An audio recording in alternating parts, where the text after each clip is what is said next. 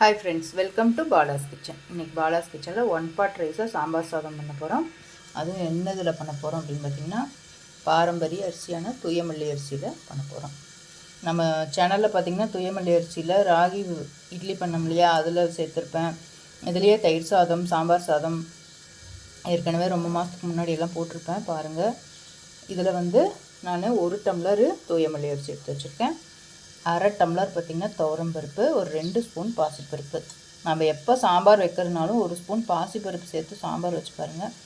சாம்பார் நல்லா சேர்ந்துட்டு வாசனையாக நல்லாயிருக்கும். எடுத்து வச்சுருக்கேன். முருங்கைக்காய் காய்கறிகள் பார்த்திங்கன்னா முருங்கைக்காய், கேரட்டு, மாங்காய், குடமிளகா, பீன்ஸு எல்லாம் போட்டிருக்கேன். ஒரே ஒரு பெங்களூர் தக்காளியும் எடுத்து வச்சுருக்கேன். வெங்காயம் பார்த்திங்கன்னா சின்ன வெங்காயம், பெரிய வெங்காயம் எடுத்து வச்சுருக்கேன். அப்புறமா இன்றைக்கி சாம்பார் பொடி போட்டு தான் செய்ய போகிறேன். சீக்கிரமாக செய்யணும் அப்படிங்கிறதுனால பொடி போட்டு செய்ய போகிறேன். இதை நம்ம ஃப்ரெஷ்ஷாக வறுத்தரைச்சும் செய்யலாம். நான் ஒரு 3 ஸ்பூன் சாம்பார் பொடி வச்சுருக்கேன். இது பார்த்திங்கன்னா கலருக்காக கொஞ்சம் காஷ்மீரி சில்லி பவுடர் வச்சுருக்கேன். மஞ்சப்பொடி, உப்பு, கொஞ்சம் முளைக்கட்டின வெந்தயம்.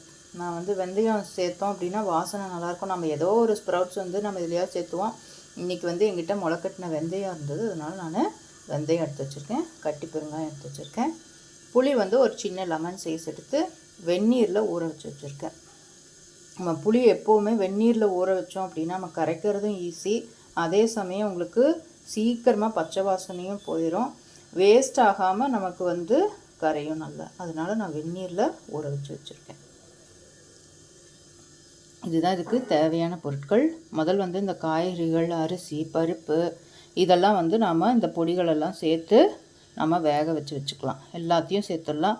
முருங்கைக்காயும் புளியை மட்டும் நான் தனியாக வேக வைக்க போகிறேன். ஏன்னா இந்த புளியை இந்த அரிசியில் ஊற்றிட்டோம் அப்படின்னா எனக்கு இந்த அரிசி பாரம்பரிய அரிசி இல்லையா, அதனால் இது வேகிறதில்ல. எனக்கு என்னமோ அப்படி தோணுது, வேகிறதில்ல.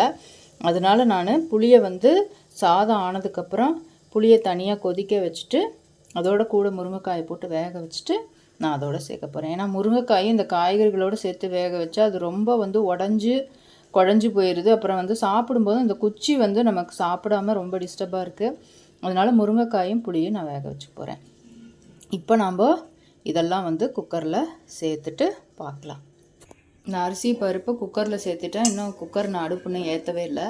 அரிசி பருப்பை சேர்க்கறதுக்கு முன்னாடி 1 மணி நேரம் நான் அரிசியை ஊற வச்சு வச்சுருக்கேன். பருப்பு ஒரு அரை மணி நேரம் ஊற வச்சுருக்கேன். இப்படி ஊற வச்சு செஞ்சோம் அப்படின்னா நல்லா வேகும். இல்லைனா இது கொஞ்சம் வேகிறதுக்கு டைம் எடுக்கும். அதனால் நான் 1 மணி நேரம் முன்னாடியே அரிசியை ஊற வச்சு வச்சுருக்கேன். பருப்பு ஒரு அரை மணி நேரம் முன்னாடி ஊற வச்சுருக்கேன். இப்போ எடுத்து வச்சுருக்கிற காய்கறிகளை நம்ம இதில் சேர்த்துடலாம். சேர்த்துட்டு நம்ம வச்சுருக்கிற பொடிகளையும் வெங்காயத்தையும் சேர்த்துக்கலாம். இப்போ நான் அடுப்பை ஏற்றிட்டேன். இந்த பக்கம் பார்த்திங்கன்னா நான் ஒரு 5 டம்ளர் தண்ணியை நல்லா திளைக்க வச்சுருக்கேன்.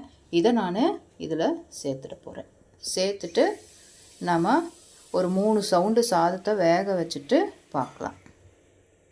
நம்ம வேக வச்சுருந்த அரிசி, பருப்பு, காய்கள்லாம் பாருங்கள் நல்லா வெந்துருச்சு.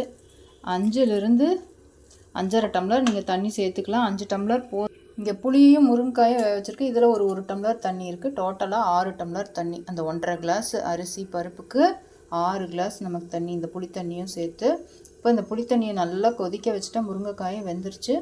இதை நாம் இந்த சாம்பார் சாதத்தில் ஊற்றிக்கலாம். பச்சை வாசனை போனதுக்கப்புறம் தான் நம்ம சேர்க்கணும். இல்லைன்னா இந்த சாதத்தில் கொதிக்கும்போது சாதம் அடி பிடிச்சிரும். அதனால் இந்த புளியை தனியாக பச்சை வாசனை போக கொதிக்க வச்சுட்டு அப்புறமா இந்த சாதத்தோடு கலந்து ஒரு 2-3 நிமிஷம் நம்ம வச்சுருந்தோம் அப்படின்னா நம்ம கரெக்டாகிடும்.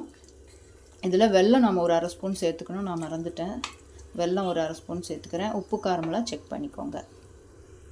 இங்கே நான் ஒரு தாளிக்கிற கரண்டியில் நல்லெண்ணெய் சேர்த்துருக்கேன்.